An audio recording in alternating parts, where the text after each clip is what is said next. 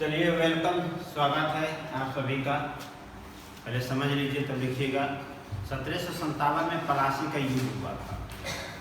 पलासी के युद्ध का कहानी संक्षिप्त में हम बताते हैं, कहानी सुनिए, पहले समझ जाइएगा कि जब मुगल बादशाह मोहम्मद शाह था तो उसी का एक प्रांतपति के रूप में मुर्शिद कुली खां था बंगाल में। धीरे धीरे मुर्शिद कुली खां एक स्वतंत्र शासक के रूप में घोषणा कर दिया बंगाल का कि हम स्वतंत्र हो गया मुगल से। वहाँ पे नवाब के रूप में स्थापित हुआ। सिर्फ मुगल को नजराना दिया करता था, लेकिन आचरण स्वतंत्र राजा के रूप में मुर्शिद कुली खां बंगाल का स्वतंत्र शासक बना। अंग्रेजों को क्या किए, व्यापारिक छूट दे दिए, भाई आप व्यापार कीजिए, कोई दिक्कत नहीं। जब मुर्शिद कुली खां की मृत्यु हुई, कालक्रम में अलवर्दी खां ही है, बीच में भी और बना है, तो वो आपको पीटी के हिसाब से याद करना है, लेकिन मेंस में जो मुख्य रूप से लिखना होगा वो ये है। अलवर्दी खां बना। अलवर्दी खां ने अंग्रेजों के साथ अच्छे संबंध था। अलवर्दी खां का यूरोपियों के साथ, अंग्रेजों के साथ इन्होंने ही कहा था कि अगर यूरोपियों को आप छेड़ेंगे तो काट काट कर खा जाएगा, अगर छोड़ देंगे तो शहद देगा।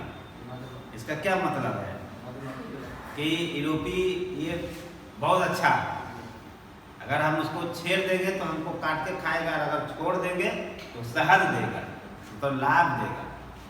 कालक्रम में अलवर्दी खां का कोई बेटा उटा नहीं था, बेटी थी कसीटी बेगम, और भी एक बड़ी बेटी थी जिसका बेटा का नाम था शौकत जंग ना, शौकत जंग। और एक बेटी जो छोटी बेटी थी उसका बेटा का नाम था सिराजुद्दौला।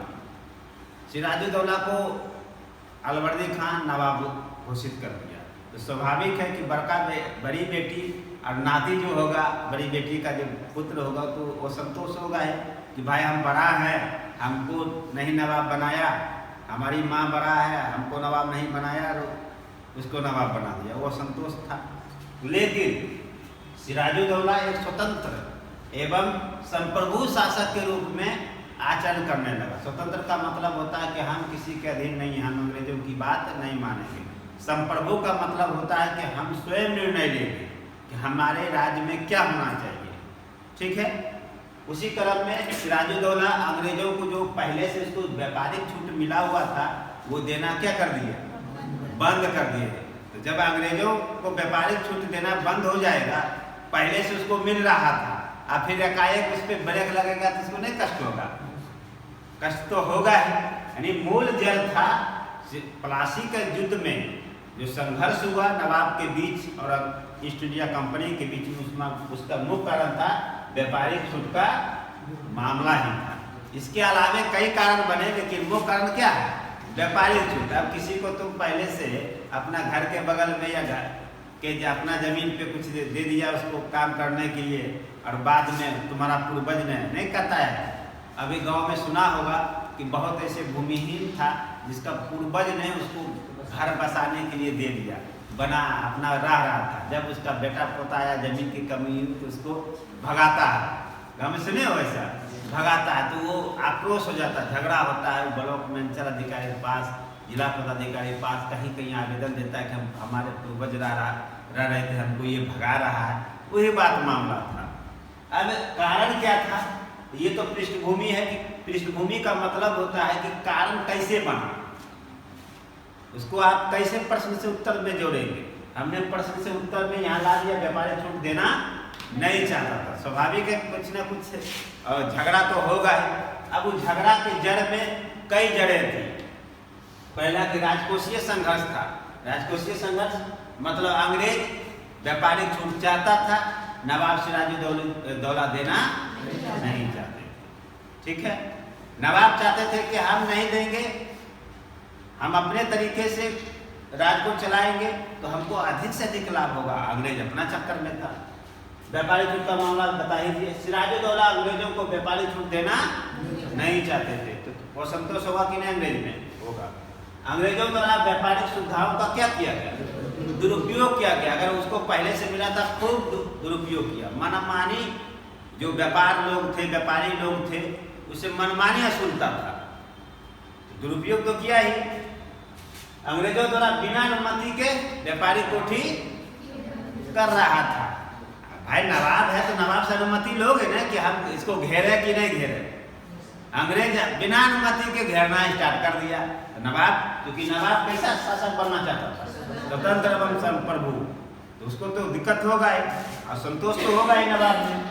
अंग्रेजों द्वारा नवाब के विरोधियों को अपने यहाँ शरण देना। कौन कौन नवाब का विरोधी थे? एक तो उसका बरखी मौसी का बेटवा शौकत जंग, फिर वहाँ पे व्यापारी था, सेठ था, उसका नाम था जगत सेठ, अमीन चंद, नाम सुने होंगे, राय दुर्लभ। इस सब को मिलाना स्टार्ट किया अपने पास कि भाई तुम मेरा बात मानो, तुमको हम ज्यादा लाभ देंगे। तो वो भी धन के लोभ में इसके तरफ आ गया, नवाब के विरुद्ध में। नवाब के विरोधियों को अपने यहाँ शरण दिया जाना। अंग्रेजों का नवाब के साथ कैसा व्यवहार? मित्रतापूर्ण नहीं, यहाँ है मित्रता और अब क्या हो गया? शत्रुता। जब शत्रुतापूर्ण व्यवहार होगा तो झगड़ा का कारण तो होगा ही। सिराजुद्दौला एक संप्रभु नवाब की तरह शासन करना चाहता था। कंपनी नवाब की संप्रभुता को क्या कर रहा था? चुनौती दे रहा था। उसके बाद ब्लैक होल की घटना घट गई थी। उसी में कहा जाता है इतिहासकार की एक रूम था, छोटा सा दरवाजा था, उसमें बहुत से आदमी को नवाब ने बंद कर दिया। ये क्या कह रहा है? ब्रिटिश इतिहास का जरा ऐसी घटना हुई नहीं थी कि बंद कर दिया बस सब आग पका के मर गया। 6, 7, 8 आदमी ही जिंदा रहा। 23 आदमी ही जिंदा रहा। तो इसका इस्तेमाल अंग्रेजों ने क्या किया? प्रचार प्रसार करने लगा कि नवाब अच्छा नहीं है, नवाब निर्दयतापूर्ण व्यवहार किया है, बहुत लोगों को मार दिया। गलत प्रचार प्रसार, इससे तो नवाब की प्रतिष्ठा तो पड़ेगा कि नहीं पड़ेगा। तो ब्लैक होल की घटना से नवाबों के विरुद्ध में, नवाब के सिराजुद्दौला के विरुद्ध में अंग्रेजों ने प्रचार प्रसार करना स्टार्ट किया। अलीनगर की संधि हुआ था नवाब के बीच में, सिराजुद्दौला के बीच में और ईस्ट इंडिया कंपनी के बीच में। शर्तें थी, उस शर्तें के अनुसार जो है नवाब क्या किया कि अलीनगर की संधि को नहीं माना, उल्लंघन कर दिया। और जब नगर, यानी कहने का मतलब है कि पलासी का युद्ध का तत्कालीन कारण क्या बना? अलीनगर की संधि। अलीनगर की संधि बना, ये आरोप लगा दिया कंपनी कि आपने अलीनगर की संधि किया था तो आप उल्लंघन क्यों किए? दोनों भीड़ दिया है क्या? तो लॉर्ड क्लाइव उधर से मद्रास से अपनी सेना को लेकर आया और इधर में ये सिराजुद्दौला जो है अपनी सेना को लेकर कहाँ गए? बंगाल में भागीरथी नदी, ये भागीरथी नदी मत समझना उत्तराखंड वाला, बंगाल में एक भागीरथी नदी है। उस भागीरथी नदी के पास एक पलासी का मैदान है, वहीं पर दोनों की सेना 23 जून 1757 ईस्वी को भिड़ गया। और जब उस दिन भिड़ा पलासी के मैदान में, तो इसलिए इस युद्ध का नाम क्या कहला है? पलासी का युद्ध। इधर कंपनी के सेना का नेतृत्व लॉर्ड क्लाइव कर रहा था और इधर कौन कर रहा था? नवाब खुद सिराजुद्दौला थे मैदान में। इनके साथ मिर्जाफर भी था सेनापति, और 2 था और मीर मदान और मोहन लाल। मिर्जाफर तो पहले से मिला हुआ था, मिला लिया था कहाँ पे? विरोधियों को अपने मिला लिया था। कौन? कंपनी, कि भाई अगर हम जीत जाएंगे तो अभी बंगाल का नवाब तुमको बनाएंगे। किसको? मिर्जाफर को कहा। तो मिर्जाफर सोचा ओ हम तो नवाब बनेंगे, बस वो मैदाने छोड़कर भाग गया। फिर भी युद्ध लगभग नवाब जीत रहा था, लेकिन उसी बीच में मोहनलाल और मीर मदान काफी अपना एकदम वीरता का परिचय दिया, लेकिन उसके आंख में तीर लग जाने के कारण घायल हो गया, मैदान में ही गिर गया, मर गया। तब अंतिम में नवाब को लगा कि अब हम नहीं जीत पाएंगे, तो नवाब सिराजुद्दौला मैदान को छोड़कर भागना पड़ा। और कहाँ पे उनकी हत्या हो गई? कर दिया मीरन ने हत्या कर दिया उसको। वो मुंगेर तरफ आ रहे थे भाग के। जाफर का बेटा था मीरन, जाफर का बेटा था। हाँ, मिर्जाफर जो था उसी का बेटा था, उसने उसको मार दिया। जब वो मर गए तो स्वाभाविक है कि पलासी का युद्ध समाप्त हुआ और के राजा बना मिर्जाफर। बंगाल का नवाब कौन बना?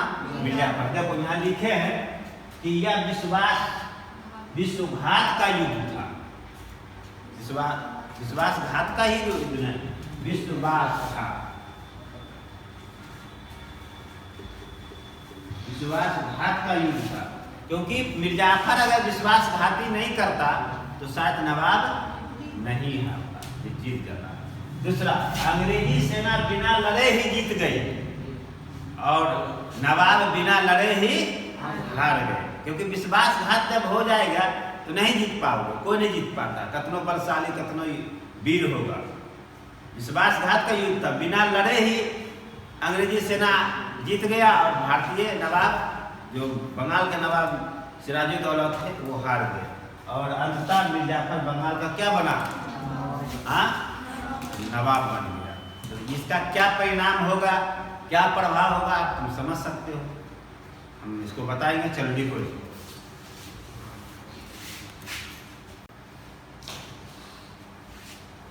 हम पलासी युद्ध का परिणाम देखें या महत्व देखें तो क्या हुआ। राजनीतिक क्षेत्र में भारत में ऐतिहासिक रूप में भारत में एक नवीन युग का सूत्रपात हुआ। पहले समझो, भारतीय इतिहासकार कहता है कि औरंगजेब की मृत्यु के बाद भारत में आधुनिक काल स्टार्ट होता है 1707। लेकिन अंग्रेजी इतिहासकार जिसको बोलते हैं औपनिवेशिक इतिहासकार, जिसको बोलते हैं उपनिवेशवादी इतिहासकार, वो कहता है कि नहीं, पलासी के युद्ध यानी 1757 के बाद भारत में आधुनिक युग का स्टार्ट होता है। क्लियर हो गया। तो अंग्रेजी इतिहासकार के अनुसार भारत में एक नवीन युग का सूत्रपात हुआ, यानी मध्यकाल का अंत और आधुनिक युग का आरंभ हो गया। क्लियर हो गया। फाइनली 1764 ईस्वी के बक्सर के युद्ध के बाद अंग्रेजी इतिहासकार के अनुसार भारत में आधुनिक युग, आधुनिक काल क्या है माना जाता है। 1757 एक कड़ी के रूप में आता है और 1764 से आधुनिक युग प्रारंभ। लेकिन भारतीय इतिहासकार कब कहता है आधुनिक युग, आधुनिक काल, औरंगजेब की मृत्यु कब होता है, औरंगजेब की मृत्यु 1757 में। क्लियर हो गया ना कॉन्सेप्ट। आगे राजनीतिक क्षेत्र में बंगाल में संरक्षित राज स्थापित हुआ। संरक्षित राज का मतलब अंग्रेज जिसको चाहता था वही नवाब बनता था। तो पलासी के युद्ध के बाद मिर्जाफर बना किसके सहयोग से, अंग्रेज। कौन बनाया, अंग्रेज बनाया। उसी को बोलते हैं संरक्षित राज, कि हम जिसको चाहेंगे वही बनेगा। तो अंग्रेज यहाँ से क्या हुआ, बंगाल में संरक्षित राज स्थापित हो गया ना। अंग्रेज नृप निर्माता बना, किंग मेकर, जिसको चाहे उसको बनाए, जिसको हटा दो, नहीं ये मेरे अनुसार नहीं हटा देता था। किंग मेकर, भारतीय राजनीति में किंग मेकर किसको कहा जाता है, श्री लालू प्रसाद यादव को कहा जाता था, पता है ना, किंग मेकर लोग कहते थे। ठीक उसी प्रकार अंग्रेजों को किंग मेकर कहा गया बंगाल के संदर्भ में। जिसको चाहा उसको बनाया, मिर्जाफर को बनाया, फिर हटा दिया, मीर कासिम को बनाया, फिर मीर कासिम से हटा के फिर किसको बनाया, मिर्जाफर को। देखोगे मिलेगा। कंपनी, व्यापारिक कंपनी से अब क्या बन गया, क्योंकि वो अब निर्माता है। निर्माता का मतलब होता है किंग मेकर इंग्लिश में। तो जब वो निर्माता बन गया तो राजनीतिक में यानी एक व्यापार करने वाला आदमी और राजनीतिक में इंटरेस्ट ले रहा है, शासक बना रहा है, तो उसका चरित्र कैसा हो गया, व्यापारिक से राजनीतिक। क्लियर हुआ। अंग्रेजों का साम्राज्य विस्तार का क्या हुआ, मार्ग प्रशस्त। उस समय यह माना जाता था कि जो बंगाल जीत लेगा वो पूरा भारत को जीत लेगा। तो अंग्रेज जब बंगाल को जीत लिया तो उसका साम्राज्य विस्तार का मार्ग क्या हो गया, प्रशस्त, मतलब अब अन्य जगह आसान हो गया जीतना। सामरिक क्षेत्र, सामरिक का अर्थ होता है सैन्य रूप से। सामरिक का दूसरा अर्थ, सामरिक मतलब अगर नहीं समझ में आ रहा है तो सामरिक का मतलब होता है सैन्य, सेना, सैन्य शक्ति। क्लियर हुआ। तो सैन्य शक्ति के रूप में हम देखें तो इसका कोई ज्यादा महत्व नहीं है। क्यों, क्योंकि इस युद्ध का सामरिक महत्व नहीं है। यह एक छोटी सी झड़प थी। क्या था, छोटी सी झड़प थी, जहां पे 50 आदमी अंग्रेज का और 500 आदमी हमारा भारतीय, लेकिन फिर भी हार गए। क्यों हारे, विश्वासघाती नीति अपना कर। अंग्रेज 50 आदमी मिलकर 500 आदमी को कैसे हरा देगा, ये हो ही नहीं सकता। कुछ हुआ होगा। तो क्या किया अंग्रेज, विश्वासघाती किया। किसको, जितना नवाब का था आदमी सबको मिला लिया। जगह सेठ, राय दुर्लभ, अमीन चंद, मिर्जाफर तो मुख्य सेनापति था। नवाब का सिराजुद्दौला का मुख्य सेनापति कौन था, मिर्जाफर था। उसी को सबसे पहले तो उसी को मिलाए प्रलोभन देके। तो इसका कोई सामरिक महत्व नहीं, एक छोटी सी झड़प थी। उस झड़प में बिना हारे कंपनी नवाब जो है ये बिना लड़े, नवाब हार गया, बिना लड़े कंपनी जीत गई। तो इसका कोई सामरिक मात होता है जब दोनों तरफ से सेना एकदम भिड़ल है, चल रहा है जी, तो एक ही दिन में खत्म हो गया जी। घुसा मैदान में पहुंचा, इन्हें हार गए जी। इसका कोई सामरिक महत्व नहीं है। आर्थिक क्षेत्र में कंपनी का व्यापारिक हैसियत में क्या हुआ, नहीं होगा, क्योंकि वो अपने अनुसार राजा बनाया मिर्जाफर को। मिर्जाफर को जो कहा था हमको ये छूट दो, ले लीजिए, तो उसका हैसियत में वृद्धि नहीं होगा, पैसा नहीं होने लगेगा ज्यादा। तब क्या हुआ, बंगाल का लूट पड़ा। अंग्रेज सोचा यही मौका मिला, चलो हम समटो जल्द जल्द धन। उस समय बंगाल धनी प्रदेश था, धनी, पूरे भारत में धनी प्रदेश बंगाल को माना जाता था, इसलिए सबकी नजर बंगाल पे था। चाहे पुर्तगाली का हो, डच का हो, फ्रांसीसी का हो, चाहे अंग्रेज का। अंतों का तो सफल कौन हुआ, अंग्रेज ही लूटने में। भारत का आर्थिक एवं नैतिक शोषण, स्वाभाविक धन को लूट के ले जाओगे तो आर्थिक शोषण तो होगा ही। बिना काम किए धन ले रहे हो, बिना कुछ यहाँ किए हुए धन ले रहे हो, तो नैतिक शोषण उसको बोलते हैं, नैतिक शोषण। बंगाल के संसाधनों का प्रयोग कर अंग्रेजों ने अपने प्रतिद्वंदियों को, अब उसको पैसा हो गया बंगाल वाला, तो अब अन्य प्रतिद्वंदी जितना उसको नजर आया, यूरोपीय हो चाहे कोई भी हो, सबको नष्ट करने में, क्योंकि उसको वहां से सेना लाने में आसानी हो गई, सेना को वेतन दे रहा था खूब, तो एक से एक प्रशिक्षित कर रहा था, क्योंकि इसको धन कहाँ मिल गया, बंगाल में, धन रूपी क्षेत्र मिल गया बंगाल। तो अपने बंगाल के संसाधनों का प्रयोग कर अंग्रेजों ने अपनी प्रतिद्वंदियों की शक्ति को क्या किया, प्रतिद्वंदी कौन कौन था उसका, यूरोपीय में कौन, पुर्तगाली, डच, फ्रांसीसी, भारतीय में उधर पेशवा था, मैसूर था, पंजाब था, निजाम था ना, नष्ट किया। निष्कर्ष का प्लासी का युद्ध एक सौदा था। प्लासी का वास्तव में प्लासी का युद्ध क्या है, एक सौदा है, जिसे मिर्जाफर जिसे कूटनीतिज्ञ ने अंजाम दिया, अगर सही पूछो तो। अंग्रेजवा तो पिछुआ से था, वास्तव में तो नवाब का झगड़ा अपने आदमियों से हुआ, नवाब की लड़ाई अपने आदमी से ही हुआ। अगर मिर्जाफर उधर नहीं मिलता तो अंग्रेज थोड़े जीत पाता, नहीं जीत पाता। नवाब बहुत शक्तिशाली थे, सिराजुद्दौला, नहीं जीत पाता अंग्रेज। तो वास्तव में झगड़ा क्या हुआ, अपने से। जैसे तुम्हारा बतिया है, तीसरा से लड़ा दिया, चुपचाप बैठ कर तुम हंस रहा, तुम दोनों लड़ रही हो, वही बात हुआ। प्लासी के युद्ध ने कंपनी को भारत में भविष्य के राजनीतिक दावेदार के रूप में क्या किया, प्रस्तुत किया, क्योंकि जो बंगाल को जीत लेगा वो भारत का राज पूरे जीत लेगा, ये माना जाता था। और जिसकी पुष्टि अंतर्गत कल युद्ध कर दिया, बक्सर के युद्ध ने, यानी प्लासी के युद्ध से हमारा रास्ता खुला, और बक्सर के युद्ध ने पुष्टि कर दिया, किसके लिए, अंग्रेजों के लिए। बक्सर के युद्ध में क्यों, क्योंकि बक्सर के युद्ध में एक तरफ तीन शक्ति और एक तरफ अंग्रेज, और अंग्रेज हरा देता है तीनों शक्ति को। क्लियर हो गया ना। तो ये था आपका प्लासी का युद्ध का ऑल ओवर कॉन्सेप्ट। टिप्पणी में पूछे, लॉन्ग में पूछे, बढ़िया से इसको सजा के लिख देना है। क्लियर है ना, आराम से नंबर बहुत मिल जाएगा। चलिए थैंक यू। अब अगला क्लास का इंतजार कीजिए, वो अगले क्लास के रूप में बक्सर का युद्ध।